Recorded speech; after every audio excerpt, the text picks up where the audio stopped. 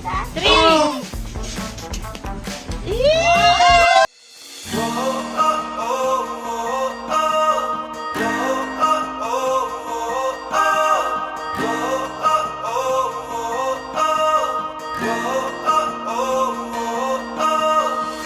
To reach the Agpangi Brown Beach, hop on a tricycle from downtown Nabat. The short ride costs only 20 pesos. Welcome to my vlog, and join me in my adventure at Agpangi Brown Beach, a hidden treasure in Nabal, Biliran.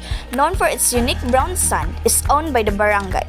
The discovery of the distinct brown sand was made in July 2020.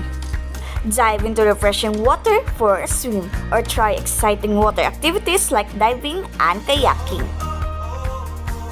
Agpangi Brown Beach offers a serene escape with its pristine shoreline and tranquil ambience. Take a leisurely walk along the shore and immerse yourself in the beauty of nature. After a day of fun in the sand, why not take some time to unwind at the Seacoast Cafe? Located at the left on the beach side, Seacoast Cafe offers a serene sitting with breathtaking views of the ocean. Step into a world of relaxation and indulge as you sip on refreshing drink, savor delicious snack, and enjoy the gentle sea breeze.